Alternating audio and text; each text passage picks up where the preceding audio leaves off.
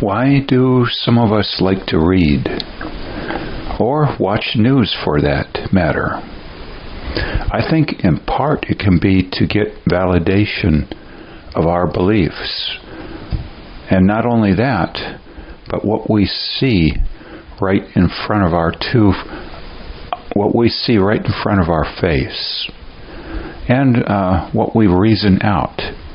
Even what we come to by way of intuition.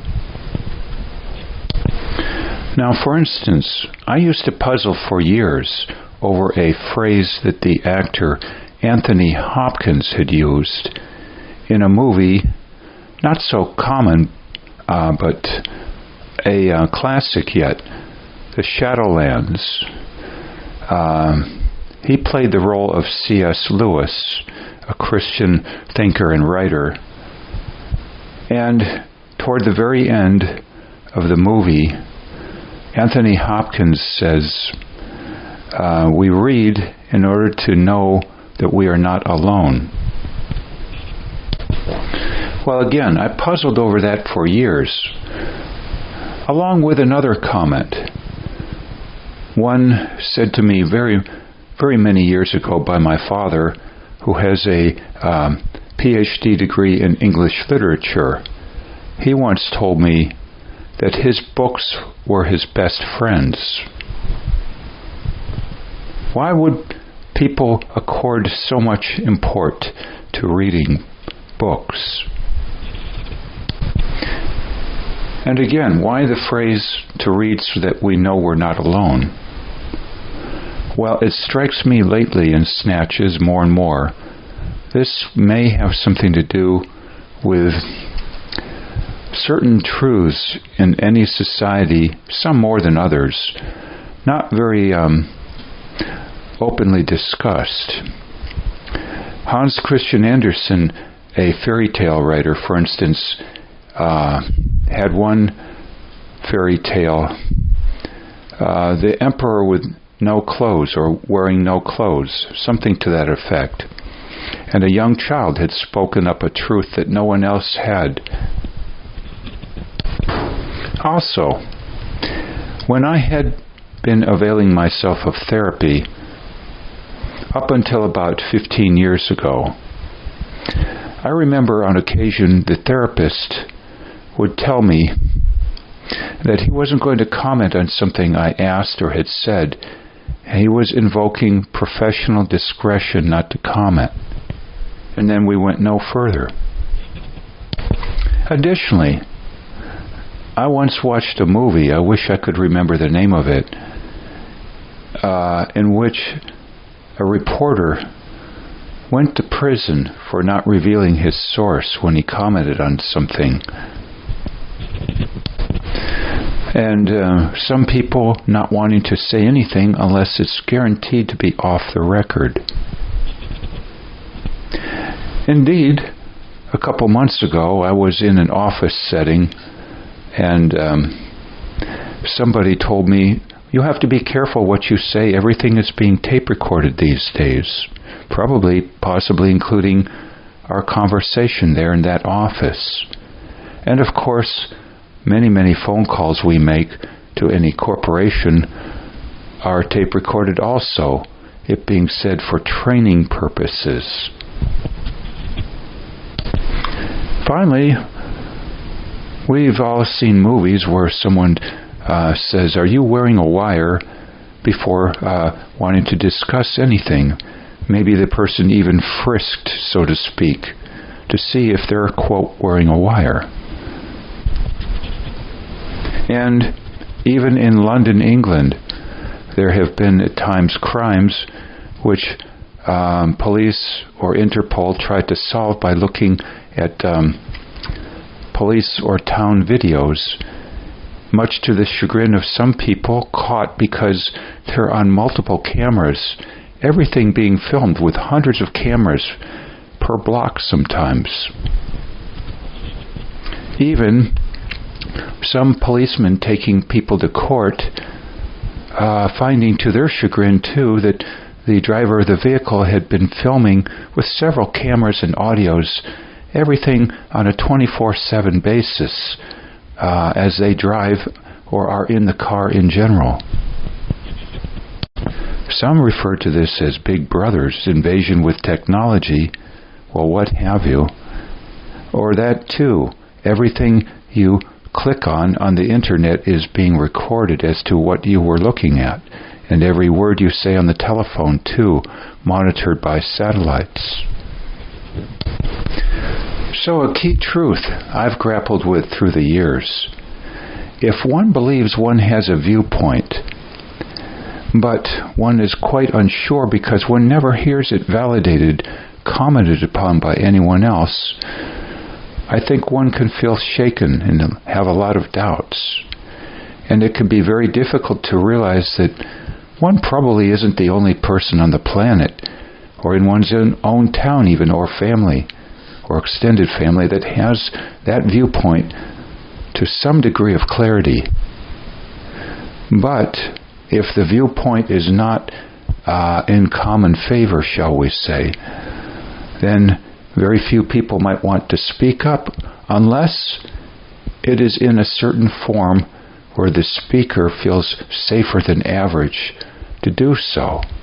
Or let's say they are at an advanced age and feel they have much less to lose. Case in point, a writer, Gore Vidal, who spoke up about many a thing, unfortunately, I think I'd have to say personally, often with disrespect attached. He said that when he reached about the age of 60, he felt very much more unencumbered to say things from his viewpoint because he felt he had much less to lose by that point in time in his life. Yet other writers, though, perhaps writing truths that are unpopular because they've reached the point where they have many, many followers, or maybe even a Secret Service detail protecting them. Or they have the veritable compound with security guards and plenty of burglar alarms. Or when they speak, the audience coming into the auditorium has to go through a metal detector to screen out quite a few individuals of questionable impact upon them as they speak.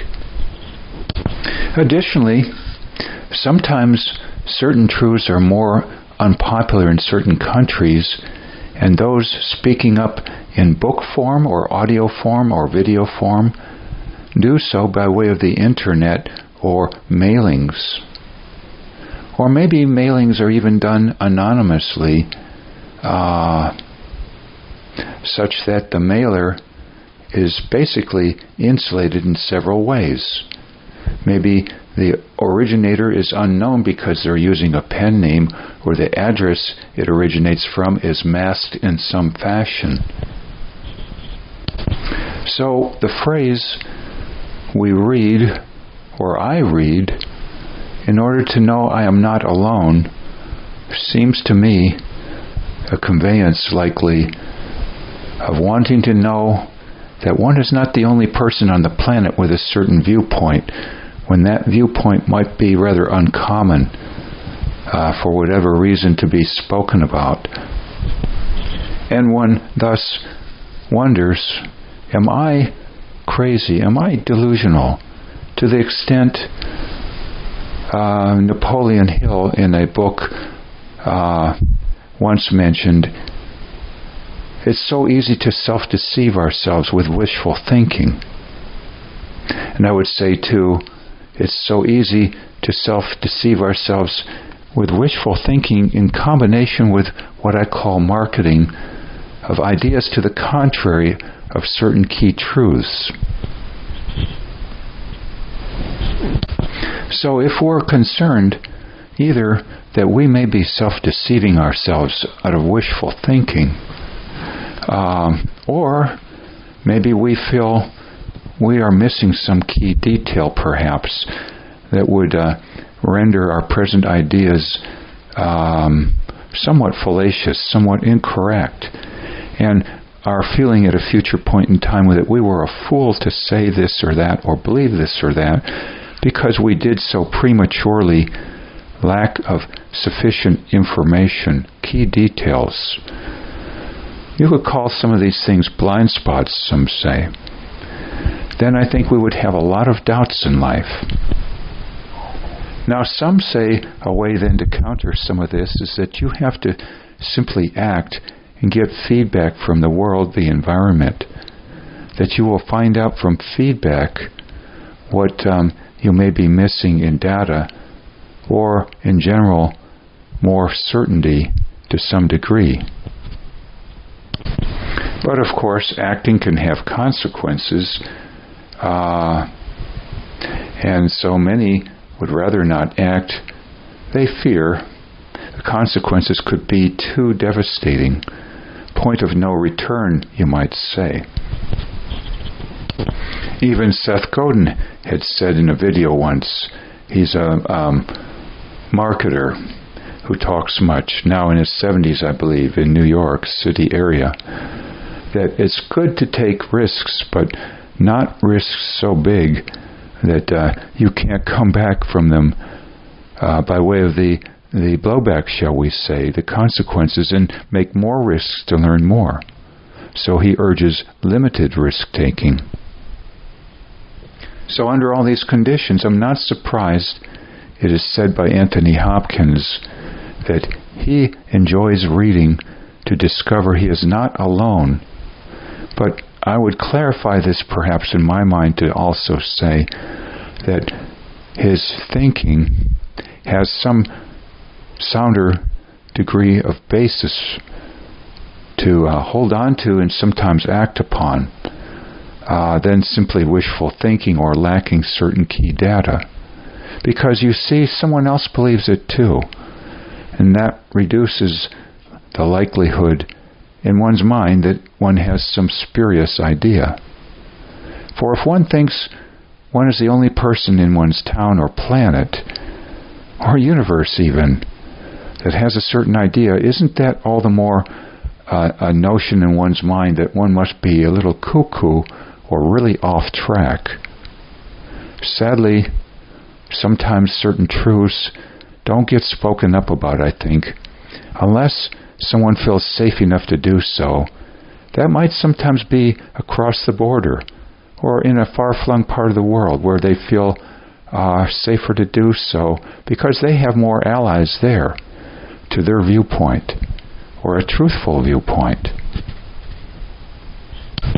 One last point, I would say certain key truths may not get spoken up about in a certain society more than others, but maybe even across the whole world, if there is a lack of respectful vocabulary to do so with.